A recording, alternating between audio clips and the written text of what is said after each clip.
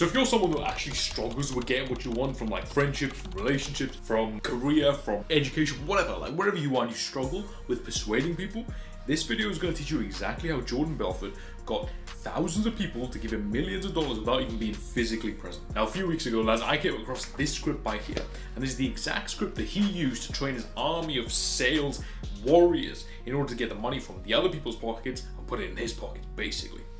So in reality, I'll be honest with you, I didn't really want to share the secrets on this because the stuff in here is gold. And I thought if everybody starts using these tricks are going to be like hyper-inflated. The value is going to disappear.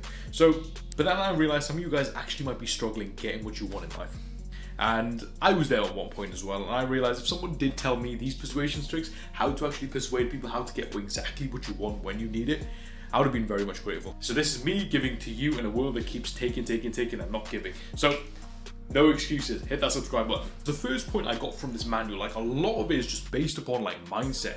And if you look at confidence and charisma, all of it is basically on mindset anyway, right? So the first thing I actually got from this manual is high energy and low energy emotions and mindset. So if you look at this chart, my editor will put it up on the screen somewhere. So you'll see at the top of the spiral, there's all like happiness, peace, and all of that, right? And at the bottom, there's like anger, bitterness, resentment. So these emotions are divided between high energy and low energy. The thing is, we wake up every day with something called a cognitive reserve. And this cognitive reserve basically determines how much energy we have for the day. There's only a certain amount of focus that you can have. There's only a certain amount of energy that you can have in the day. If you deplete that, by the end of the day, you're very tired, you have no energy to do anything else, right?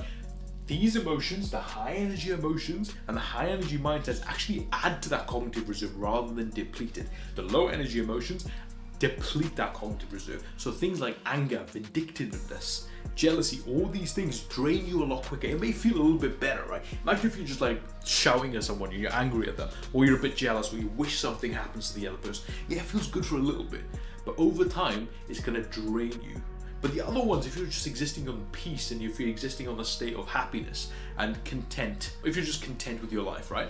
What's going to happen is that more energy is going to come back to you by the end of the day, right? Throughout the day, you're going to have more energy to actually devote to different things in your life, important things in your life. So a lot of this is energy maintenance in your head. So we can absolutely conclude anything at that bottom of that frequency spiral that we got up on the screen a little bit earlier should be avoided because it's completely counterproductive to your entire charismatic state and your confident state. So the second tip I got from this Stratton Oakmont manual is to have something called a canvas trick. This canvas trick is a little bit confusing in the way that they worded it, but mainly it's more like in the head, imagine what a successful person looks like. What would a successful person think like? What would they do? What would they do in the morning? How would they speak? How would they carry themselves? But of course, we're going to substitute success out for confidence and charisma because that's what this entire channel is about. I've made it my life's mission in order to make you, who is a little bit more shy, who's a little bit more reserved, completely different and make you charismatic and confident. Like someone who's the center of attention, someone that everybody wants to be around, everyone wants a piece of. So if that's something you're interested in or one of your friends are interested in,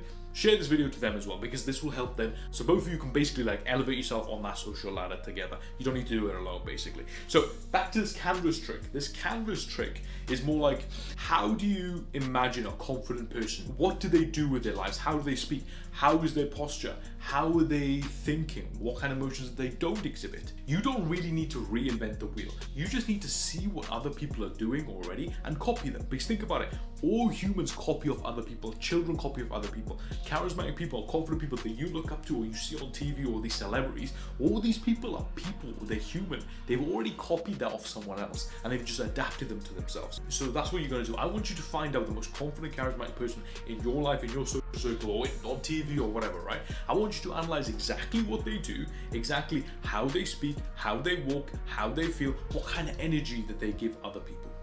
And I want you to copy that. So if you're interested in this actual PDF from Stratton Oakmont, I'll put in the link in the description. So hit that link below and I'll send you that PDF straight to your email, as well as a list of books that I think that you need to read in order to become confident and charismatic. So the last and I think most important mindset hack that you find in this PDF is that you should just relax. Because people who claw at something, people who are like, I want this, I want that, this can't go away from me, that can't go away from me, and they hold on to things, stuff just disappears out of them. Even the little that they have just completely disappears. But those who are just relaxed and confident and charismatic, and they just like, it will come when it will come, I will get there when I get there, these people tend to attract practically everything to them. So if you read the book How to Win Friends and Influence People by Dale Carnegie, you will see that he says, picture in your mind what you want to be. Picture in your mind what you're going to do. And just be happy. Have that goal in your mind and just go and do it. And then everything just comes to you. So the next part we're going to talk about is the persuasion tricks that he actually teaches his salesmen. And it starts off with something called the yes ladder. I know we've heard of the yes ladder before. It's about priming people to say yes before you ask the final question. So if you look at like a sales call, right? If someone calls you up, they're going to ask you, is this the right number? Is this person? And eventually you say yes. And finally it'll be like, would you be interested in buying some stock? And like naturally, if you're not thinking about it, you're going to be like, oh yeah, I'd love to do that. Because you're already primed to say yes. Your brain has already been wired to say it. That is called the yes ladder. But Jordan Belfort actually teaches something called the yes ladder plus empathy combo. Because if you look at that PDF, you will see that people actually are expected to relate to that person, right? Put themselves in their shoes, make them your friend within that first 10 seconds, within that first 20 seconds of picking up the phone and calling to them. And this will work for you as well. If you empathize with someone, if you are on their side, if you make sure that the other person knows that you are for them and not against them, and you relate to them, you match their energy. If they're angry, you show a little bit of anger. If they're sad, you show a little bit of sadness. If they're happy, if they're excited, you mirror their emotions. You make absolutely sure that you are one of them. And once you've empathized with them, they become a lot more malleable to your suggestions. Then you start using the yes ladder. So how do we use this yes ladder and this empathy combo? So let me give you an example. Suppose your friend has just failed an exam and you're just sitting there with a coffee, right? And he's feeling the worst in the world. What you're gonna do is you're gonna ask him about this exam. You're gonna ask him what went wrong. And if he's like, oh, the guy was so unfair, bro, you're gonna be like, really? Yeah, I heard that too. Empathize with them, be on their side. And they're just gonna vent everything to you, obviously. You're gonna be like, yo, bro, I heard that too about that professor. I heard that too about that teacher. They're very unfair to people who study from a different city or whatever. And once you start empathizing with that individual and you make sure that you're on their side and they see that, then you can use the yes ladder.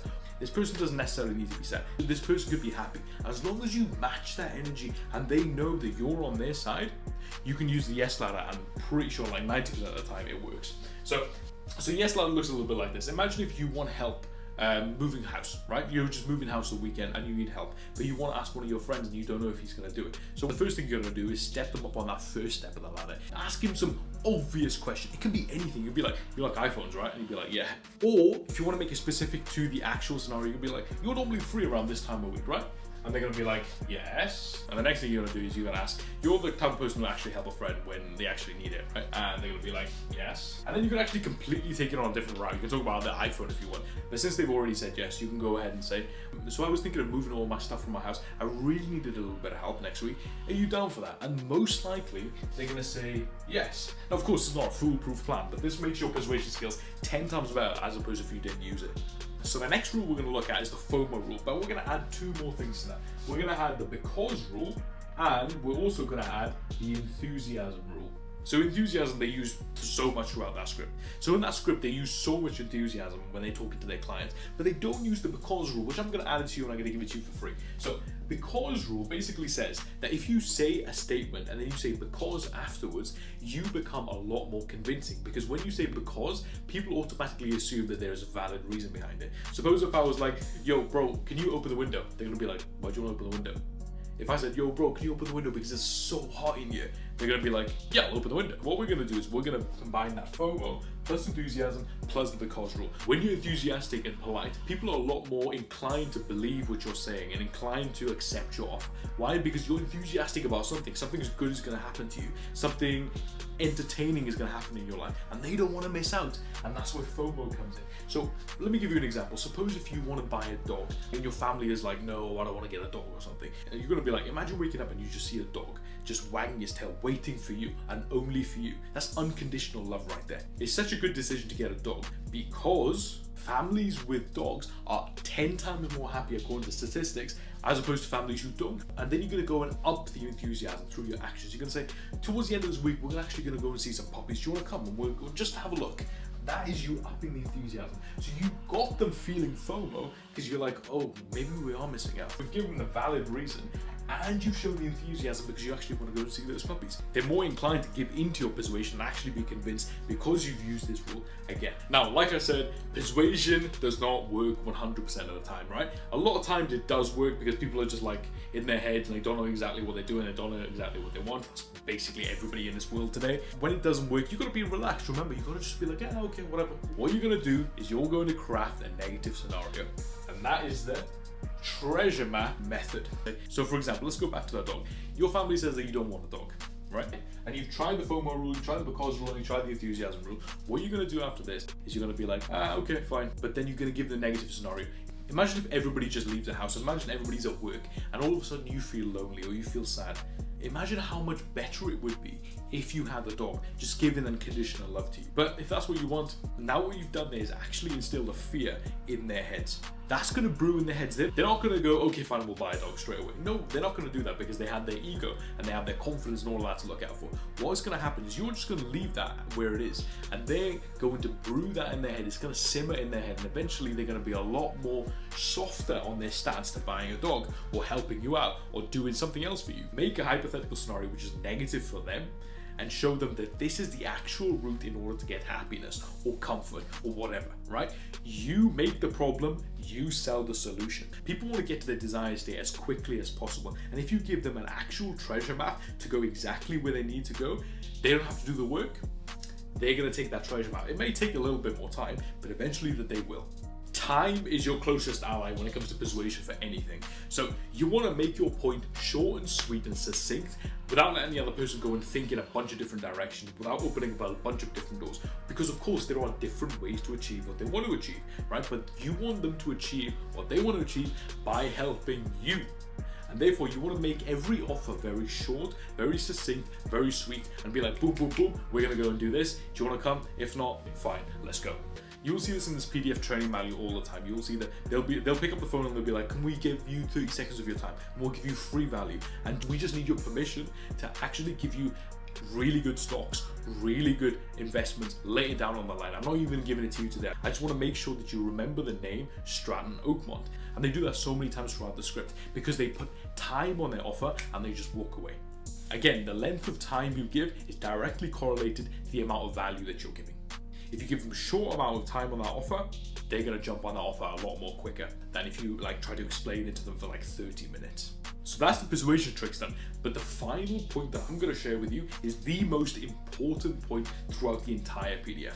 Why? Because it all depends upon your voice. Remember what we talked about enthusiasm. People love those who are enthusiastic. How do you communicate enthusiasm? You communicate enthusiasm like I'm doing right now, right? I'm raising my pitch, lowering my volume, increasing my volume, varying your tone. Your voice needs to be deep and resonant, right? You can go high as well, but it needs to be deep and resonant in certain areas. And you do this by this specific exercise. What you're gonna do is you're gonna get a tape recorder out and you're gonna record your voice. You wanna ask, is your voice high and nasally or is it deep and like diaphragmatic? Yeah, because ideally you want to speak from your diaphragm, which is like around here. Yeah, so this is the trick that you can do. You can take your hands and you can place them right under your solar plexus, so right where your chest meets your stomach, and you're going to press in by there, and then you're going to breathe in and you feel that part expand, and then you're going to breathe out and you're going to feel that part deflate. So you're going to do that 3 times, and by the end of it, I promise you your voice will become a lot more resonant. And when your voice is more resonant, you are more persuasive because you signal authority and confidence and enthusiasm. So haven't you got someone to thank, lads? I've just made you persuasive as hell. So if you want something like this to pop up on your feed regularly, you want to hit that subscribe button, you want to hit that bell notification button, because I will make you charismatic AF. Until next time, I'm out.